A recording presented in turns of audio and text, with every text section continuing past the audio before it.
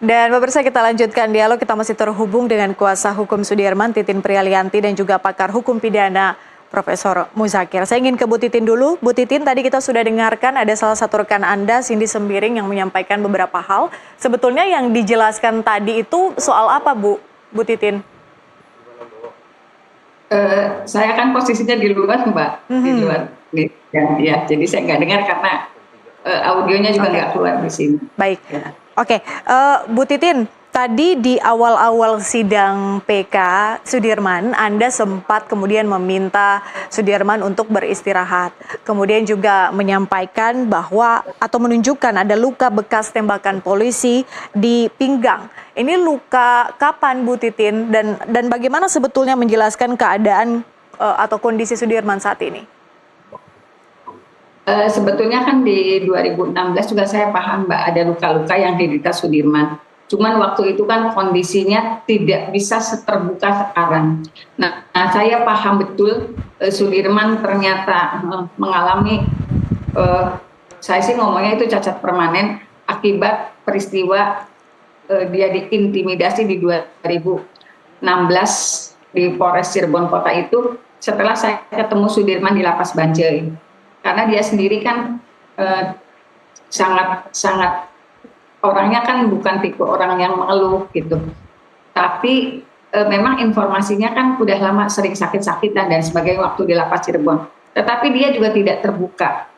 Baru terbuka kemarin di Lapas Bancai setelah berhasil tanda tangan kuasa ke Pradi gitu. Saya tanya, kenapa sih kamu duduknya gelisah sekali? Terus dia bilang, dulu kan pernah saya ditembak, Bu. Moncongnya ditempelin ke sini, dia bilang. Terus sekarang sakit, kalau misalnya tidur itu tidak pernah nyenyak.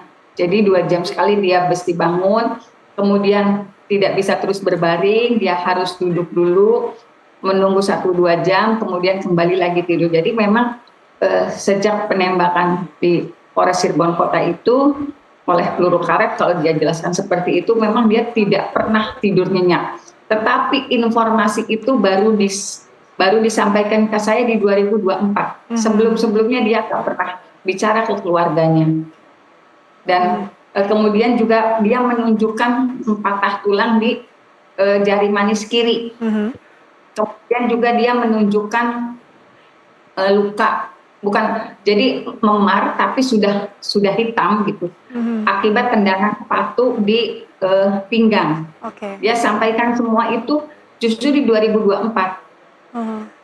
Dulu hanya keluhannya cuma sakit dada, sakit ini, tapi tidak secara detail menjelaskan apa sih yang terjadi dari rasa sakit itu gitu. Jadi justru saya terimanya waktu di Lapas Bancai, saya pelan-pelan ajak bicara dan dia membuka semuanya. Jadi, Bu Titin, ternyata kondisinya kan memang tidak bisa terlalu lama duduk atau tidak bisa terlalu lama berbaring. Gitu, ya. Bu Titin, bagaimana cara Anda mengonfirmasi bahwa luka-luka yang tadi Anda lihat di tubuh Sudirman, kemudian juga dari sesi Anda bersama dengan Sudirman, bagaimana Anda mengonfirmasi bahwa luka-luka itu benar terjadi atau dialami Sudirman di tahun 2016 kala itu? Ketika saya mengantarkan Sudirman dari ruang sidang harus beristirahat bergabung dengan yang lain, saya kan komunikasi juga dengan ini. Jadi kenapa Bu Sudirman dia nggak bisa terlalu lama duduk karena dia ditembak di belakangnya. Ternyata mereka bilang, emang cuma Sudirman Bu yang ditembak, kami juga semua sama Bu, cuman nggak ada bekasnya. Nah itu kan terkonfirmasi, berarti memang hampir seluruh 8 orang itu, mungkin kecuali Saka Tatal yang sama malah penganiayaan dan ditembak, dan itu yang dinyatakan itu Rivaldi, kita juga semua ditembak Bu, sama gitu. Jadi saya juga meyakini apa yang dialami Sudirman itu memang dialami juga oleh yang lain. Karena memang ada kesaksian, didukung dengan kesaksian lain selain Sudirman tentu ya. Kalau kesaksian, karena kan waktu dari awal Sudirman itu tidak kelihatan dianiayanya karena cuma dia sendiri yang disimpan terpisah di dalam gudang kalau pengakuan Sudirman. Jadi teman-teman Sudirman tidak melihat Sudirman dianiaya, tetapi dengan pernyataan mereka, emang Sudirman sendiri yang ditembak, kita juga sama Bu, cuman kita nggak ada bekasnya gitu, udah kelihatan bekasnya. Berarti kan penderitaannya sama, penganiayaannya sama gitu sih Mbak. Oke, oke, Prof. Muzakir, dengan kondisi psikis Sudirman, kemudian ada juga tadi bekas-bekas luka yang kemudian dikonfirmasi langsung dari Sudirman dan juga beberapa orang yang kali itu sebutkan bahwa mereka juga mendapat kekerasan. Sejauh mana, Prof, hal-hal ini kemudian akan masuk dalam pertimbangan hakim? Ya, saya kira begini, eh, kondisi fisik seseorang, sebut saja terpidana, sekarang itu adalah pemohon PK, itu akan diseleksi lebih dahulu, dilihat dulu mana kira-kira yang variabel mana yang mempengaruhi proses hukum, ya proses hukum itu. Jadi kalau saya melihatnya, oke, ada tindakan kekerasan kepada dirinya, itu nanti bisa dibuktikan saja, tidak apa-apa. Kalau ada kedokteran nanti memeriksa, tim dokter itu memeriksa, minta saja tim memeriksa juga fisiknya, sehingga nanti akan lengkap hasil pemeriksaan itu. Nah, terutama ini nanti yang paling berpengaruh itu adalah yang saya sebut kondisi kejiwaan. Ya. Kalau tadi contoh yang saya kasuskan tadi itu keterangan dokter itu menyatakan dia mengalami yang disebut mental retardasi atau retardasi mental, ya. Itulah yang menyebabkan dia itu tidak bisa dimintai pertanggungjawaban. Bukan gila, ini bukan gila, gangguan kejiwaan gila, bukan. Karena itu mengalami namanya mental retardasi. Nah, itulah yang menyebabkan dia kesimpulan dia berbuatnya normal dan sebagainya, tapi nggak bisa mengendalikan itu tadi, ya. Mengkonstruksi berpikir yang secara sistematik itu tidak bisa. Maka tadi saya sebutkan, usianya 18 tahun, dia adalah seperti usia 6 atau 7 tahun gitu. Nah, atas dasar itu, simpulan yang saya buat adalah dia adalah terbukti melakukan tindak pidana.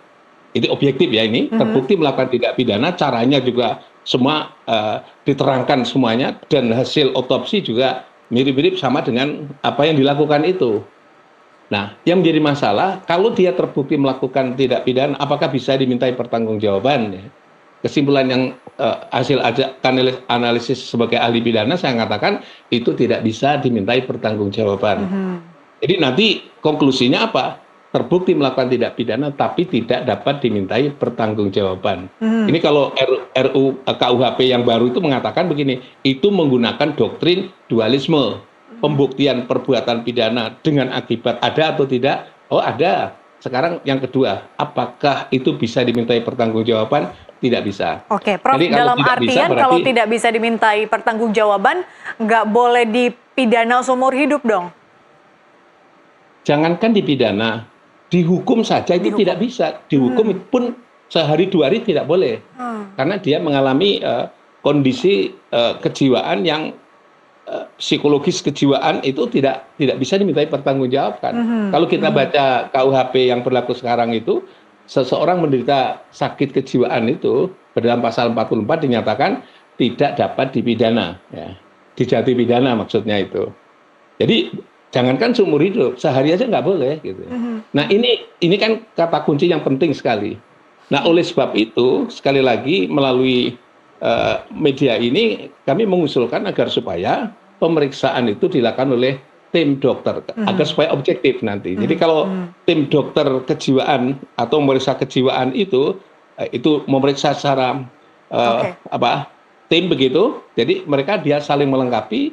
Salah satu di antaranya nanti juga diminta adalah memeriksa secara fisik. Benar nggak pengakuan yang bersangkutan bahwa dia adalah dilakukan tindakan penyiksaan?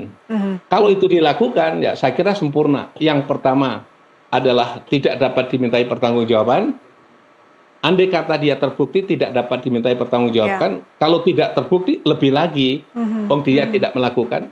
Dan yang kedua adalah kalau dia terbukti adanya penyiksaan dan sebagainya terhadap fisik dan tubuhnya terhadap yang bersangkutan, berarti nanti juga akan dijadikan bukti bahwa keterangan yang diberikan kepada yang lain, kepada penyidik dan juga untuk membuktikan yang lain, karena dia di bawah tekanan kejiwaan seperti itu, nanti minta pendapat dokter. Keterangan yang dibuat adalah tidak dalam kondisi pemberian keterangan yang normal. Karena tekanan fisik dan non-fisiknya itu, atau tekanan psikologisnya itu, itulah yang membuat yang bersangkutan memberi keterangan, dan keterangan karena dilakukan paksa, maka keterangan itu tidak dapat dijadikan alat bukti dalam perkara pidana. Baik. Kalau itu ditambah kondisi kejiwaannya seperti itu, keterangan itu tidak berlaku sebagai alat bukti dalam perkara pidana. Menurut pendapat saya, semakin sempurna untuk menjelaskan kondisi kepada pemohon PK ini. Demikian. Oke. Saya pikir Prof sudah menjawab judul kita hari ini, apa iya Sudirman harus diadili, itu sangat komprehensif. Terima kasih Prof. Saya ingin beralih ke Bu Titin. Bu Titin, apakah mempertimbangkan saran dari Prof Muzakir, Bu? Bu Titin, kami belum bisa dengar suara Bu Titin, mungkin masih di mute. Ya. Ya. Sebetulnya usulan itu kan jauh sebelum dipindahkan ke lapas Cirebon juga saya sudah menyampaikan ke tim Pradi. Tidak hanya diperiksa secara psikologis tetapi juga saya minta general check up-nya Sudirman karena saya melihat ada beberapa hal di bagian tubuhnya yang memang dia tidak sesehat seperti yang lain. Kelihatan ringkih, kemudian seperti yang terjadi hari ini juga baru duduk 2 jam aja dia sudah mengalami kesakitan gitu. Tapi kan memang prosesnya juga ada LPSK, kemudian juga ada lapas Cirebon gitu. Memang ada proses-proses yang harus ditempuh sih.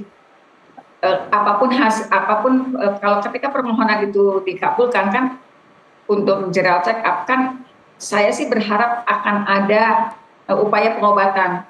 Karena memang selama ini dengan adanya yang digambarkan Sudirman, dia ditembak di bagian belakang kan memang dia betul-betul kesehariannya tidak nyaman karena sering menderita sakit.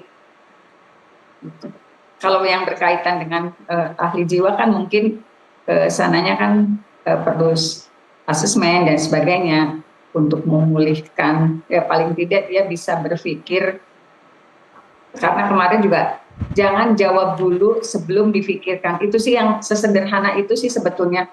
Cuman kelihatannya dia kalau apa-apa langsung jawab gitu. Apakah itu untuk menyenangkan orang atau apa? Itu yang disampaikan oleh dokter kemarin. Baik, artinya dengan kekurangan atau cara berpikir dan komunikasi di bawah rata-rata, akan ada ahlikah yang dihadirkan oleh tim kuasa hukum untuk membahas soal ini di sidang PK? Sebetulnya dari LPSK sudah mengajukan itu dan sekarang kan Sudirman terus mendapat bimbingan, mendapat konseling karena hanya Sudirman yang dapat konseling untuk psikologisnya itu hanya Sudirman. Kalau yang lainnya kan hanya pengamanan pada saat persidangan. Kalau Sudirman memang paripurna dari LPSK penanganannya. Makanya Sudirman juga bisa dihadirkan di sini. Sebelumnya juga memang di asesmen dulu oleh LPSK, diberi masukan apa yang harus dia jawab, kemudian didengarkan dulu. Sebenarnya latihan-latihannya sederhana, saya melihat tarik nafas, kemudian kalau misalnya ini minta pertolongan ke siapa gitu. Jadi kepada orang yang dikenal, karena dari LPSK juga sudah menyatakan ke tim Pradi, kelihatannya Sudirman sulit berkomunikasi apabila orang itu tidak dikenal. Gitu. Oke. Prof Muzakir, baik. Prof, jadi dengan adanya perlindungan dari LPSK, apakah ini kemudian akan menguatkan posisi Sudirman dalam hal pengajuan PK ini? Jadi begini yang sudah diterangkan tadi, saya kira konteksnya menjadi berbeda. Ya. Sekarang itu yang dibutuhkan oleh Sudirman adalah menjelaskan bahwa Sudirman ini orang menderita gangguan mental atau tidak. Bukan harus gangguan mental itu disembuhkan dan sebagainya. Stop dulu yang itu, tapi kita harus memberi penilaian terlebih dahulu secara objektif melalui tim dokter tadi dari ID itu. Maksudnya adalah harus menilai terlebih dahulu bahwa Sudirman itu dalam kondisi kejiwaan yang dapat dimintai pertanggungjawaban atau tidak dalam hukum pidana. Itu adalah tim, itu penting yang pertama gitu ya. Perkara nanti sakitnya itu juga sama. Sakitnya itu benar nggak bahwa mencari dokter yang nanti bisa menerangkan tentang kondisi fisik daripada Sudirman untuk menerangkan dan menjelaskan visum et repertum bahwa dia itu menderita bagian tubuhnya itu benar-benar karena ditembak peluru karet atau dengan siksaan atau bentuk yang lain. Nah, kalau itu sudah, dua-duanya akan diberikan visum et repertum. Kalau sudah diberikan visum et repertum, itulah nanti monggo silahkan mungkin ada upaya dari LPSK untuk menyembuhkan dan sebagainya, itu bagus. Tapi Kalau itu belum ada visum et repertum untuk menerangkan tentang kondisi kejiwaan plus kondisi fisiknya, menurut pendapat saya sebaiknya itu yang diutamakan. Oke. Karena ini majelis PK, bukan majelis proses pemeriksaan pengadilan awal gitu. Keterangan saya demikian. Oke, inisiatif itu harus diambil siapa, Prof? Kuasa hukum atau LPSK? Pertama harus kuasa hukum. Oke. Kuasa hukum harus berinisiatif untuk melakukan itu. Ya, terutama meminta izin kepada hakim agar supaya diperiksa oleh ID. Ya, dan sebelum minta itu koordinasi dulu kepada ID. Kalau tidak ya kepada rumah sakit kejiwaan. Harus dilakukan itu supaya nanti hari ini itu punya visum et repertum sendiri. Ya. Dan yang kedua kalau secara fisik tadi juga kalau tidak bisa itu kepada rumah sakit. Itu juga bisa. Tapi usul saya adalah supaya ini kan tingkatan kalau PK itu kan istilahnya meta analisis. Ya. Sudah dianalisis kembali yang terakhir. Kalau yang terakhir berarti apa? Ya usul saya tadi adalah tim gitu ya. Jadi dengan tim pemeriksaan kondisi kejiwaan, yang kedua adalah memeriksa fisik ya. Kalau sudah itu dilakukan berarti terhadap objek itu bisa dilatih atau macam-macam bentuknya mungkin tidak menjadi masalah, tapi yang paling penting harus ada penilaian itu terlebih dahulu dari tim ahli. Demikian. Bu Titin, dengan penjelasan Prof. Muzakir yang menyebutkan bahwa ini konteksnya berbeda dengan pelindungan LPSK terhadap Sudirman, tetapi kemudian masih dibutuhkan lagi ada asesmen atau penilaian dari tim medis soal kondisi psikis intelektual Sudirman, harus ada visum et repertum. Apakah ini juga nanti akan dilakukan, Bu Titin, atau hanya sebatas memberikan semuanya kepada LPSK yang urus? Enggak, sebetulnya kalau dari tim Pradi sudah, Mbak. Tim Pradi sudah menyampaikan permohonan itu, tetapi kan ada kaitannya dengan lapas, apakah diizinkan keluar atau tidak. Kalau saya terima dari tim Pradi seperti itu, saya bilang ini kapan Pak Sudirman diperiksa ini. Kita sudah mengajukan permohonan, mungkin karena Sudirman ada di dalam lapas kan kita tidak bisa, kita juga berkoordinasi dengan LPSK, jadi tidak bisa semau kita menentukan tanggal untuk pemeriksaannya. Tetap harus dari persetujuan dari lapas. Dan itu juga sudah dilakukan sebetulnya. Kalau informasi dari tim Pradi sudah mengajukan permohonan untuk final check up, kemudian juga sudah memohonkan untuk pemeriksaan kejiwaan. Tetapi secara ini kita belum dapat informasi seperti apa kemungkinannya. Apakah Sudirmannya dibawa keluar atau ada tim yang datang, tim dokter yang datang ke lapas. Oke. Itu sih, Mbak. Baik, Bu Titin, hal lain, bagaimana dengan novum kunci yang kemudian dipercaya oleh tim kuasa hukum yang bisa membuktikan adanya kehilafan hakim, terlebih khusus di sidang PK Sudirman? Sebetulnya kalau kehilafan majelis kan sejak awal juga taruhlah waktu sebelum terjadinya sidang PK juga kan sebenarnya saya sudah menemukan itu, Mbak. Di antaranya misalnya ada keputusan-keputusan yang ada dari dakwaan saja. Kalau dakwaan kan pasti langsung keputusan gitu. Dari dakwaan tuntutan ke keputusan kan hasil narasinya hampir sama, redaksinya hampir sama. Kalau saya sampaikan dari dulu juga pada sidang Sakatatal namanya Peggy yang pada akhirnya di Prapit dibebaskan, itu Peggy itu dalam tindakannya melakukan pemerkosaan itu di tuntutannya Sakatatal, di putusannya Sakatatal. Tetapi di putusan yang dewasa itu Peggy itu tidak melakukan pemerkosaan. Nah dari satu aja kan memang sudah terjadi kehilafan yang luar biasa dari majelis gitu mengenai dua putusan yang orangnya sama, perbuatannya tetapi tidak sama. Apalagi kalau secara detail, misalnya karena ini kan yang 11 orang, Mbak. Dalam dakwaan, dalam tuntutan, dalam putusan kan 11 orang. Ternyata kan di setiap putusan itu peranannya beda-beda. Yang di sini misalnya melakukan begini, mengangkat ini, di putusan yang lain tidak. Sebetulnya itu banyak sekali. Gitu. Tetapi saya menggambarkan yang paling kentara itu yaitu di putusannya Sakatatal, peranan Peggy itu sangat berbeda dengan di putusannya yang dewasa. Gitu. Apalagi kalau secara detail diperhatikan. Kalau menurut Pak Juto Bongso sebagai ketua TIP, itu kan terdapat 100 lebih kekeliruan majelis, dari peranannya saja udah banyak sekali ini, Mbak. Gitu. Oke, kekeliruan yang memperbaiki dalam putusan. Baik. Gitu. Oke, kita harus jeda terlebih dahulu. Kita akan lanjutkan di segmen berikutnya. Pemirsa tetaplah bersama kami, NTV Prime Dialog akan kembali.